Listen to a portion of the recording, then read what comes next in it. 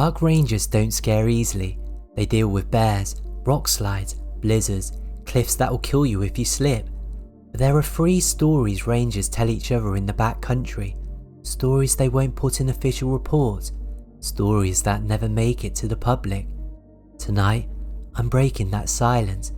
These aren't campfire myths, these are case files, and after tonight, you'll understand why some rangers quit and never go back.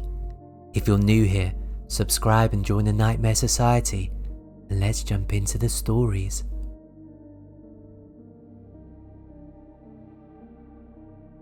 I need to tell you about Randy Morgensen, not because his story has a happy ending, it doesn't, but because what happened to him is something every ranger fears and no one talks about.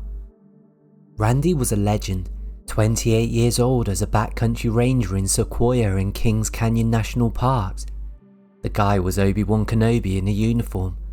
When hikers went missing in the High Sierra, Randy was the one who found them. He'd look at a map for 30 seconds, tap his finger on a meadow and say, "They'll be there." And they always were. It was like he could read the mountain's mind. In the summer of 1996, Randy went on a routine patrol from his station at Bench Lake. He left a note on the door, grabbed his pack, and walked into the wilderness. He never came back. At first, no one was too worried. Randy's radio had been out for 8 days the year before. The park's communication system was a joke. Repeaters didn't work, batteries died. The rangers even had a dark joke about it. "If you're going to get hurt in the backcountry, make sure you do it somewhere with good radio coverage." But 4 days passed, then 5, then 6, and that's when they launched the search. 95 searchers, helicopter teams, cavalier dogs, they covered 80 square miles of rugged, high-altitude wilderness. They found nothing. No tracks, no gear, no body, no Randy. His colleagues started piecing together the days before he disappeared, and that's when the story got strange. Randy had been in a dark place. His 28-year marriage was falling apart. He had an affair with another ranger, and his wife had just served him the divorce papers. Friends said he'd been talking about suicide. Not seriously, he'd assured them, but I've been having those kind of thoughts. A week before he vanished, Randy told a colleague, "After all these years of being a ranger, I wonder if it's been worth it."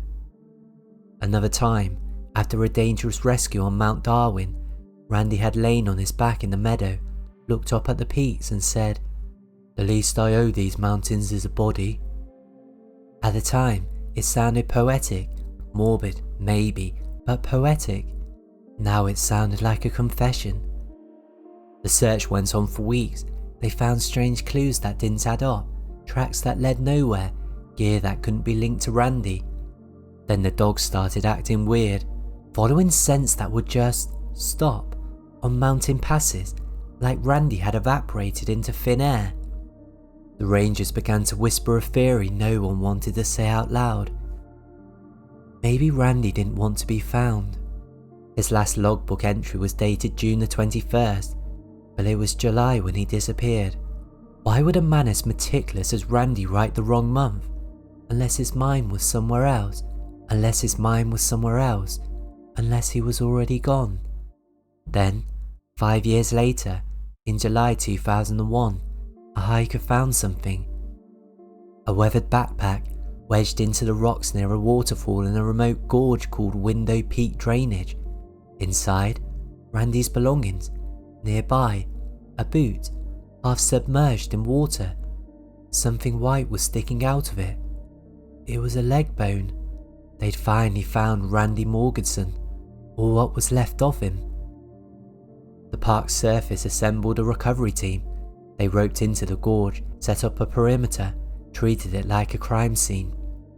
Yellow tape marked where they found his gear, his bones, scattered across the rocks.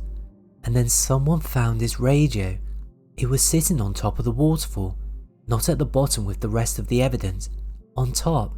That didn't make sense. If Randy had fallen and drowned, if he'd been swept over the falls, his radio would have gone with him. It would have been smashed at the bottom, tangled in his gear. But it wasn't. It was resting on the rocks above the waterfall, dry, untouched, deliberately placed, and it was turned on.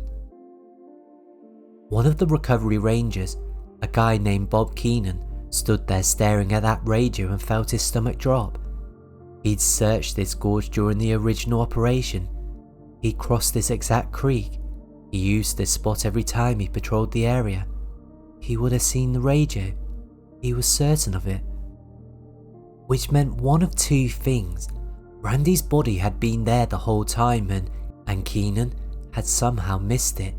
Or Randy hadn't been there in 1996. Someone or something had put them there later. The official cause of death was listed as accidental drowning. Case closed.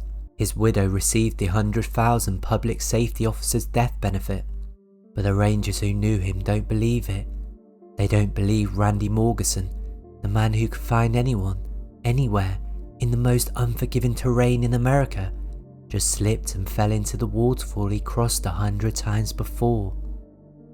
They don't believe his radio, his only lifeline, ended up on top of the falls while his body washed to the bottom. And they sure as hell don't believe it took 5 years for someone to find him in a gorge that had been searched 3 times before. So here's what they think happened, though no one will say it on record. Randy Morganson walked into those mountains in July 1996 and never planned to come back. He found a quiet spot, a beautiful spot, and gave the mountains what he said he owed them, his body. And then someone found him and moved him and staged it to look like an accident so his wife could collect the benefit. The question that keeps me awake at night isn't what happened to Randy Morganson, it's who brought him back and why.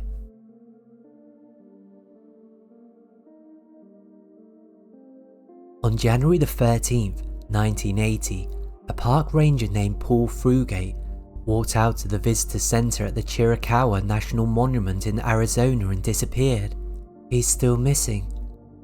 44 years later, there's a $60,000 reward for information, and he remains the only National Park Service ranger in history to vanish without a trace.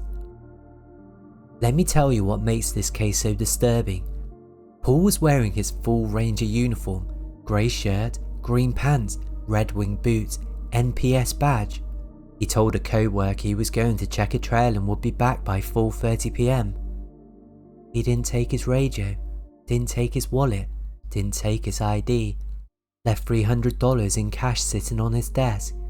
He just walked out of the door and was never seen again. At first, search teams thought it was standard lost hiker situation. Chiricahua is only 18 square miles, rugged desert terrain, sure, but sure enough that you could hike the entire trail system in a day. They searched for 2 weeks, helicopters, search dogs, volunteers, the National Guard. Nothing. No footprints, no gear, no body, no pool. That's when things got weird. 5 days into the search, a Park Service volunteer named Dick Horton came forward with a strange memory. He said he'd been driving away from the monument around the time Paul disappeared and had seen something that didn't sit right. A dark green pickup truck, speeding, going 50 miles per hour on a narrow park road. And inside, slumped between 2 men in the front seat, was someone who looked like Paul Frugate. Horton said Paul looked sad and dejected, like he wasn't there by choice. The detective in charge of the case, Craig Emanuel, thought Horton was onto something, so he brought him in for hypnosis. Under hypnosis, Horton recalled more details. The driver had a Kenny Rogers beard. The passenger wore a green jacket, maybe the one Paul had left the visitor centre with. The truck had a camper shell. But here's the problem. By the time Horton came forward, the truck, and whoever was in it, had a week's head start. They were long gone. Over the next few years, Detective Emanuel chased lead after lead. A tip came in pointing to a guy named Ernest Guff, a prison gang member. Another letter implemented a man named Tex Carpenter, who claimed he helped bury Paul in a wash south of Tucson. Carpenter agreed to take a polygraph. He rambled for 3 hours during the pre-interview, then bailed. 2 weeks later, he came back, took the test, and recanted the entire story, said he made it up. Both Joff and Carpenter are dead now. The truth died with them, but Emmanuel kept digging, and he found something. Paul Frigate had been working near Faraway Ranch, a historic property inside the monument. In the late 70s, the Chiricahua Corridor, an old immigration route, was being used by drug smugglers running product from Mexico into Arizona. The Faraway Ranch sat in the middle of that corridor. Paul's wife, Dodie, reported seeing suspicious activity around the ranch before he disappeared. Broken windows, strange tire tracks, motorcycles. She told police she thought something bad was about to happen, and then it did. Emmanuel's theory was simple. Paul had stumbled onto a drug deal. Maybe he saw something he wasn't supposed to see. Maybe he confronted the wrong people. Either way, they took him, and they killed him. But here's where the story gets even darker. The park service didn't want to believe Paul was dead, or maybe they just didn't want to pay his widow. Either way, 6 weeks after Paul disappeared, the agency officially fired him for abandoning his post. They claimed he'd run away, left his job, his wife, his life, just walked into the desert and started over somewhere else. They refused to pay Dodie any survivor benefits, refused to give her his retirement fund. For nearly a decade, she fought them, hired lawyers, appealed, begged. Meanwhile, the investigation stalled, leads dried up, witnesses died, evidence disappeared. In 2017, a new lead surfaced. The Park Service sent a special agent named Clay Anderson to investigate. He thought he found the property where Paul's body might be buried, a 40-acre plot west of the monument that had been brought under suspicious circumstances a month after Paul vanished. Anderson planned to bring in cavalier dogs. He got approval, set a date, and then nothing. The search never happened. Anderson got pulled onto other cases. The lead went cold, again. Today, Paul Frigate's case file is 1,000 pages thick. Polygraph tests, witness statements, hypnosis transcripts, aerial surveillance photos. But after 44 years, there's still no body, no arrest, no closure, just theories. Some investigators think Paul was murdered by drug smugglers and buried in the desert. Others think he staged his own disappearance, left his uniform behind, crossed into Mexico and started a new life. But here's what keeps me up at night. A few weeks before Paul disappeared, he gave a fellow ranger an M14 automatic rifle, just walked over, handed it to him and said, "Here, you keep this." The ranger thought it was odd at the time. Looking back, it feels like Paul was just getting rid of things, like he was preparing for something. Paul's nameplate is still on display in his widow's garage. Next to it is a bumper sticker, forest green with white letters. Where is Paul Frigate? No question, a demand. Because somewhere out there, maybe buried in the desert, maybe alive under a new name, maybe just bones scattered across Chiricahua wilderness, is the only park ranger who ever walked into the woods and never came back, and nobody knows why.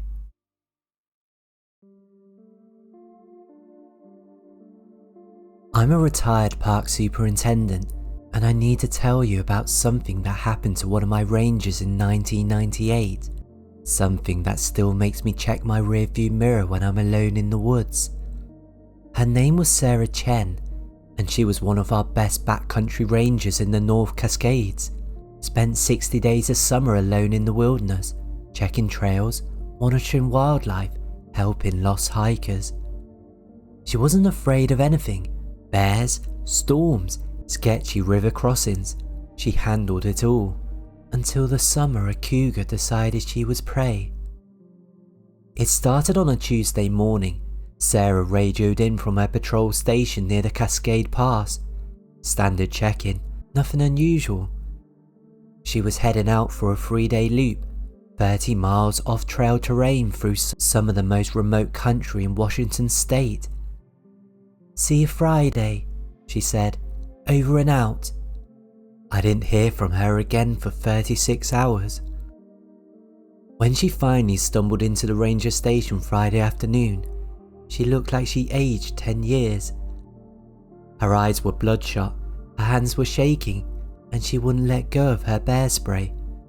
She sat down at my desk and didn't say anything for a full 5 minutes. Then she told me what happened. About 4 hours into her patrol on Tuesday, she felt it, that primal sensation that something was watching her. She stopped, scanned the tree line, saw nothing, kept hiking. 10 minutes later, she felt it again. This time when she turned around, she saw the tail. A mountain lion, maybe 100 yards behind her, partially hidden in the brush, just the tip of its tail flicking back and forth like a metronome. She did everything right, made herself big, made noise, kept walking, never running, never turning her back for long. The cougar stayed behind her, always 100 yards back, always visible, but just barely. By sunset, it was still there. She tried calling for help on her radio. Static. The mountains blocked the signal. She was alone, and she knew it. That night she didn't sleep. She built a fire, kept it burning high, and sat with her back against the boulder, bear spray in one hand, knife in the other. Every time she looked up, she saw the reflection of her firelight in 2 yellow eyes, just beyond the flame's reach. When dawn finally came, the cougar was gone. She thought maybe it had given up, maybe she survived the worst of it. She was wrong. 2 hours into a hike that morning, she felt it again. That weight on the back of her neck. She turned around. The cougar was closer now, maybe 50 yards. Stalking low through the tall grass, head down, shoulders rolling with each step. This wasn't curiosity anymore, this was hunting. Sarah pulled her bear spray, held it out in front of her, and started backing away slowly. The cougar kept pace. She yelled. It didn't flinch. She threw rocks. It ducked, then kept coming. For the next 6 hours, she walked backward down the mountain. Her calves burned, her arms shook from holding the spray canister ready. The cougar never blinked, never looked away. It just kept following. 30 yards back now, close enough she could hear it breathing. She tried the radio again, still nothing. By the second nightfall, Sarah was delirious. She hadn't eaten, barely drank. Her entire existence was narrowed to one singular focus. Keep the fire burning, keep the animal back, stay alive until morning. At some point during that night, she started talking to it. "I'm not food," she whispered across the flames. "I'm not your meal. You need to leave." The cougar just stared back, unblinking. On the 3rd day, Sarah made a decision.